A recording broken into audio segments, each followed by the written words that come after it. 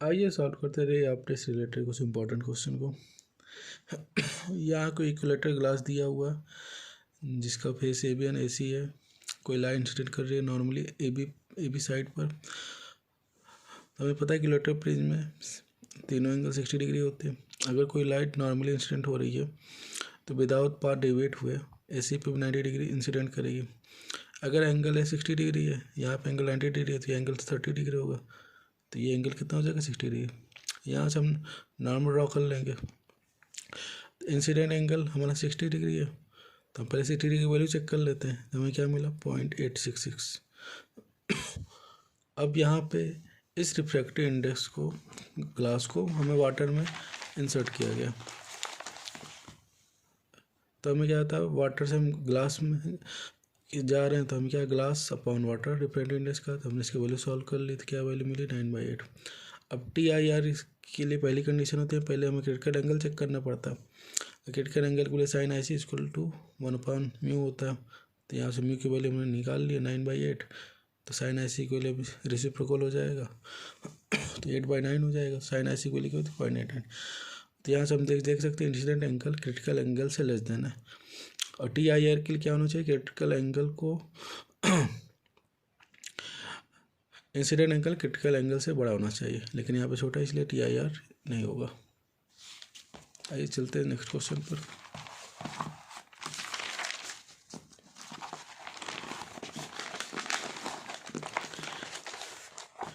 ये हमारी refractive surface से क्वेश्चन दिया हुआ है।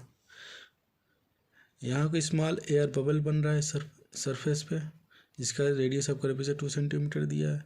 इमेज हमारी 1 सेंटीमीटर बन रही है और हमें यहाँ पोजीशन निकालना है।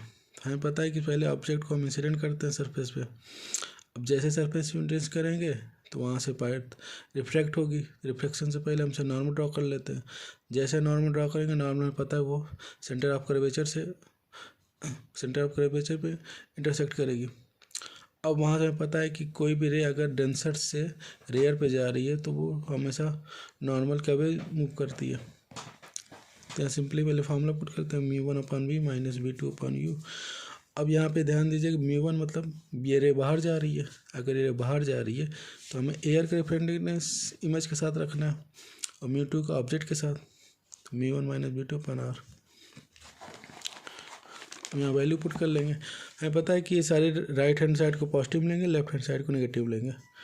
तो पहले सारी वैल्यू पुट कर लेते हैं। तो वैल्यू हमने इजीली सब पुट के लिए हमने इसको इजीली सॉल्व किया। हमें यू की वैल्यू -1.2 सेंटीमीटर मिली।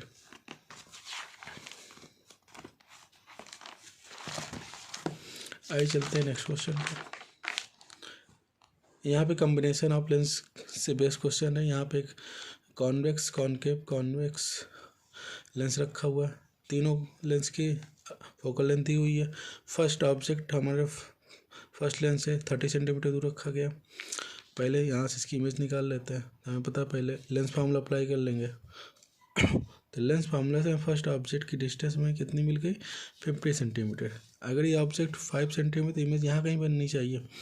हमें पता है कि अगर ये कॉनकेव लेंस है तो यहाँ पर अगर रियल इमेज तो बनेगी नहीं, वर्चुअल बनेगी, क्योंकि ये इसको रे को डाइवर्स कर देगा। अब इस रे के लिए जो इसकी इमेज बनी वो इसके लिए ऑब्जेक्ट बन जाएगा। तो पहले ऑब्जेक्ट के एक्चुअल डिस्टेंस हम कैलकुलेट कर लेते हैं। अगर 5 सेंटीमीटर है, इधर 50 सेंटीमीटर, तो एग्जैक्ट वैल्यू क्या होगी 15 - 5, तो मैं 10 सेंटीमीटर होगा।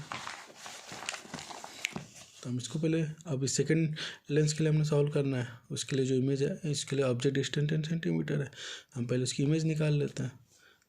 फोकल लेंथ दिया हुआ कॉनकेव का, तो हमने इसको इजीली सॉल्व कर लिया था। हमें क्या मिली इनफाइनाइट, जो कि फिगर से भी क्लियर था। अब जो सेकंड लेंस के लिए जो इमेज आएगी वो थर्ड लेंस के लिए ऑब्जेक्ट हो जाएगी। जब ऑब्जेक्ट होगा तो हम उसको इजीली वहाँ वैल्यू पुट कर देते हैं। तो यहाँ वैल्यू इनफाइनाइट आई। f3 की वैल्यू 30 दी हुई है, तो हमें इमेज क्या मिली फाइनल पोजीशन में 30 सेंटीमीटर।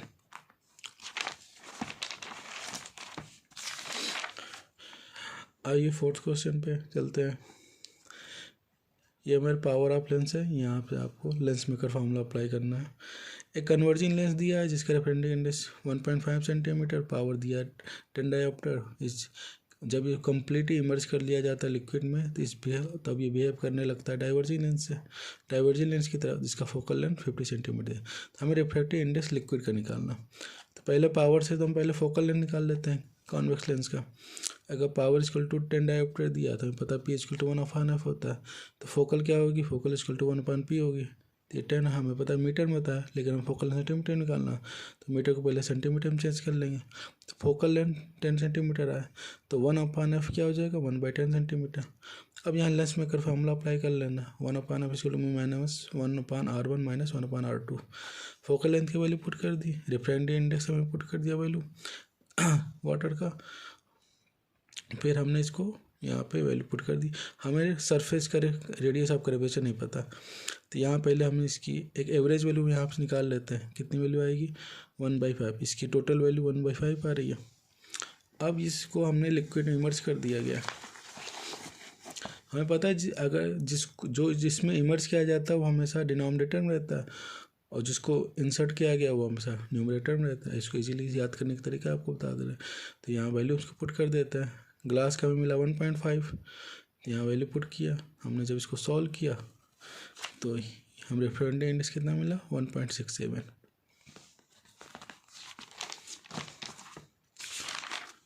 एक क्वेश्चन ऑप्टिकल इंस्ट्रूमेंट से, ज़्यादातर क्वेश्चन कंपाउंड माइक्रोस्कोप का ही रहता है। तो कंपाउंड माइक्रोस्कोप में हम क्या लेते हैं, दो लेंस लेते हैं, एक ऑब्जेक्टिव लेंस, एक आई लेंस। ऑब्जेक्टिव लेंस हमेशा आई लेंस से छोटा ही रहता है। अब ऑब्जेक्टिव लेंस और आई लेंस के हमेशा डिस्टेंस ज़्यादातर क्वेश्चन नहीं पूछता।